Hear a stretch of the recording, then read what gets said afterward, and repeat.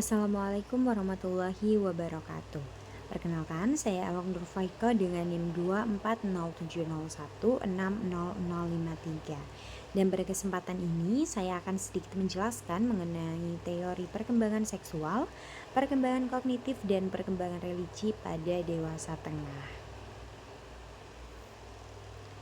Menurut Harlock sendiri, masa dewasa madya atau dewasa tengah ini terjadi pada usia 40-60 tahunan. Dan pada masa ini adalah masa transisi, yang mana orang-orang itu tidak bisa dianggap muda lagi, tapi belum bisa juga dianggap sebagai orang tua.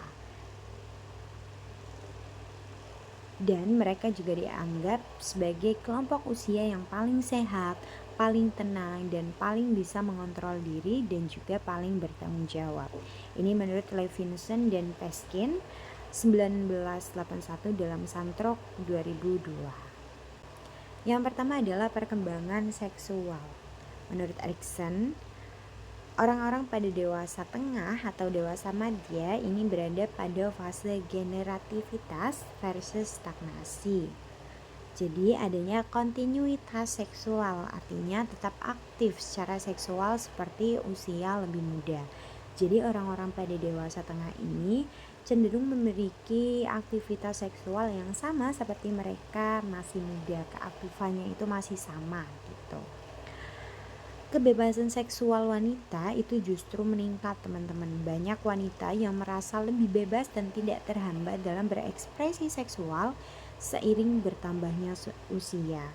Jadi pada wanita mereka justru akan lebih bebas dalam berekspresi atau mengekspresikan bagaimana perasaan mereka ketika mereka ini melakukan hubungan seksual. Variasi dalam ekspresi seksual, potensi peningkatan frekuensi foreplay. Nah, foreplay ini adalah segala sesuatu yang dilakukan sebelum memasuki hubungan inti pada seksual. Contohnya adalah pelukan, ciuman, saling menggoda dan lain sebagainya, yang mana itu akan meningkatkan hasrat mereka untuk melakukan hubungan seksual. Nah, pada hal ini mereka itu akan lebih cenderung meningkat atau menambahkan adanya foreplay dalam hubungan mereka. Adanya seks oral, jadi seksual yang dilakukan dengan mulut, dan bentuk ekspresi seksual non-koital lainnya, yaitu hubungan seksual yang tidak menggunakan vagina. Nah, bagi wanita, hasrat seksual dan nyeri yang menurun selama hubungan seksual vaginal akibat perubahan menopause telah diidentifikasi. Beberapa orang mungkin juga merasakan berkurangnya pelumasan vagina selama gairah yang dapat mempengaruhi kenikmatan secara keseluruhan. Jadi kalau dalam fisiologisnya, vagina itu mengalami penurunan pelumasan, yang mana hal ini akan mempengaruhi kenikmatan ketika mereka melakukan hubungan seksual. Sedangkan pada pria mungkin memerlukan rangsangan yang lebih langsung untuk ereksi, dan ereksi mungkin tertunda atau kurang kuat. Nah, seiring berjalannya waktu nih, pria ini akan kurang kuat dalam berereksi atau tertunda dalam berereksi, sehingga mereka memerlukan rangsangan yang lebih lagi.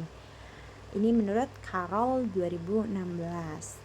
Nah, pria juga mungkin mengalami disfungsi ereksi atau mengalami kondisi medis seperti diabetes atau penyakit jantung, yang mana hal ini juga akan mempengaruhi fungsi seksual.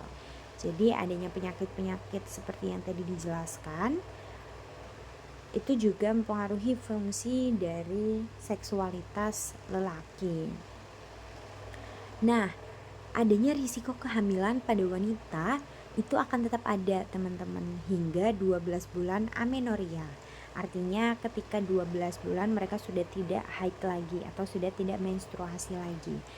Tapi ketika 12 bulan, selama 12 bulan mereka itu masih mengalami haid atau menstruasi, hal ini akan menjadi kemungkinan bagi mereka tetap adanya kehamilan bagi wanita. sehingga alat kontrasepsi itu tetap dianjurkan. Risiko IMS atau infeksi menular seksual itu banyak terjadi pada orang-orang di dewasa madya gitu. Seperti herpes, chlamydia, kondiloma, HIV, AIDS, dan lain sebagainya.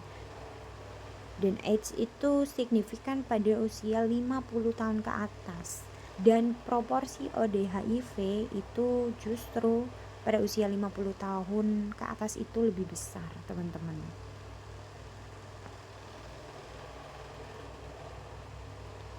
Selanjutnya adalah perkembangan kognitif menurut Santrok 2012. Yang pertama adalah intelijensi.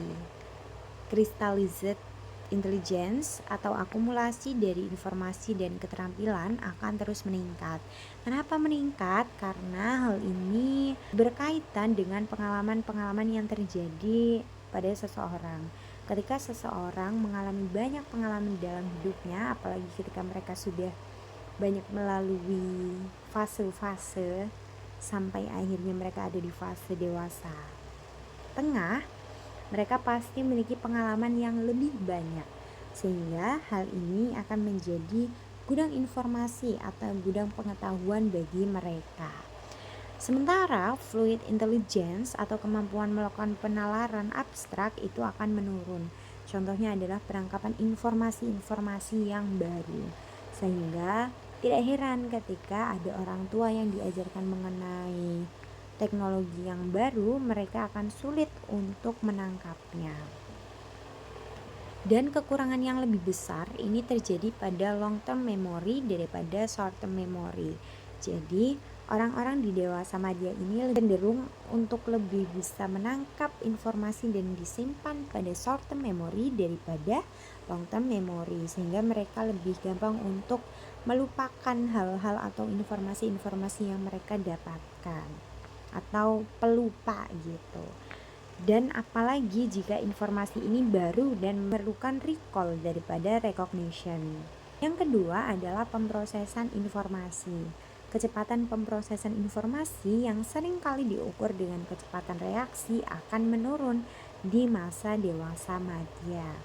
Jadi pemrosesan informasi akan cenderung menurun meskipun memori verbal akan meningkat di usia dewasa madya. Memori verbal ini adalah memori bahasa, karena mereka sudah banyak melewati fase, mereka akan lebih banyak memiliki kosakata yang beragam, sehingga memori verbal mereka ini akan lebih meningkat.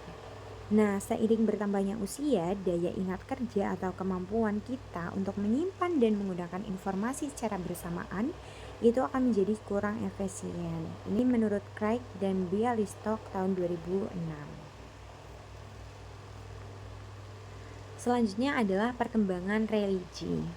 Pada dewasa madya, perkembangan religi akan semakin meningkat karena terjadi peningkatan spiritualitas yang berarti terjadi antara akhir dewasa menengah, pertengahan 50-an sampai awal 60-an, dan dewasa akhir.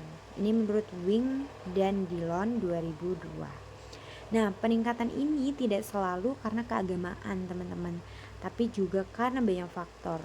Salah satunya adalah faktor ruang dan kebutuhan sosial, terutama bagi wanita. Nah, ketika mereka sudah menginjak dewasa madya, mereka akan lebih banyak memiliki waktu luang. Nah, waktu luang ini cenderung mereka gunakan untuk hal-hal berbau keagamaan, teman-teman. Dan fun fact, spiritual wanita itu lebih memperlihatkan peningkatan yang lebih besar dibandingkan pria. Ini menurut Wing dan Dillon 2002. Dan juga mungkin karena faktor kehilangan orang terdekat semakin meningkatkan keinginan untuk terlibat dalam kegiatan keagamaan. Menurut Cohen 2009.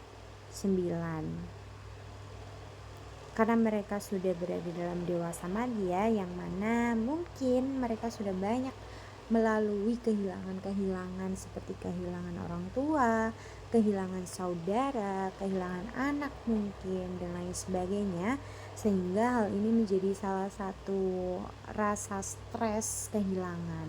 Nah, di sini agama digunakan untuk mengatasi masalah dan stres kehilangan. Agama juga menjadi salah satu sumber kebahagiaan yang besar bagi banyak orang di usia madya. Kematangan spiritualitas dan moral di usia madya mendorong untuk mengasihi dan melayani orang lain. Dan agama menjadi aspek penting dalam hidup orang. Mereka sering berdoa dan mereka punya keyakinan dasar agama yang positif. Mereka lebih jarang khawatir, jarang cemas, dan punya gejala depresi yang rendah karena mereka lebih banyak dekat dengan agama, dengan Tuhannya. Sehingga mungkin hal ini juga salah satu faktor kenapa agama ini menjadi salah satu kebahagiaan bagi orang-orang di dewasa madya.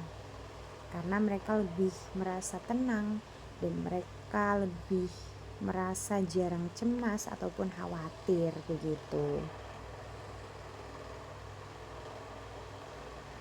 Kesimpulannya adalah masa dewasa tengah yang terjadi pada 40 atau 60 tahun adalah periode transisi dengan tugas perkembangan yang penting.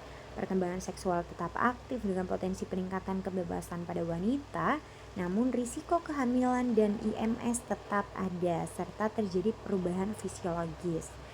Perkembangan kognitif menunjukkan trade-off atau penurunan di mana penurunan kecepatan pemrosesan dan memori jangka panjang dapat diimbangi oleh pengetahuan dan pengalaman. Ketertarikan pada religi cenderung meningkat, menjadi sumber kebahagiaan dan membantu menghadapi hidup yang lebih bijak lagi. Unity of Science kali ini saya mengambil dari hadis riwayat Muslim nomor 2699 yang bunyinya adalah tidaklah suatu kaum berkumpul di salah satu rumah dari rumah Allah atau masjid membaca kitabullah dan saling mempelajarinya, melainkan akan turun kepada mereka sakinah atau ketenangan. Mereka akan dinaungi rahmat, mereka akan dilingkupi para malaikat dan Allah akan menyebut-nyebut nama mereka di sisi para makhluk yang dimuliakan di sisinya. Hadis riwayat Muslim nomor 2699. Nah, di sini disebutkan bahwa ketika kita ingin merasakan ketenangan, tidak adanya khawatir, menurunkan kecemasan, maka kita dianjurkan untuk lebih dekat pada agama, lebih dekat dengan Allah, yang mana hal ini dilakukan oleh orang-orang di dewasa madya. Mungkin hanya itu yang dapat saya sampaikan. Apabila banyak terdapat kekurangan, saya mohon maaf. Saya Loknur Faiko, terima kasih yang sudah mendengarkan. Wassalamualaikum warahmatullahi wabarakatuh.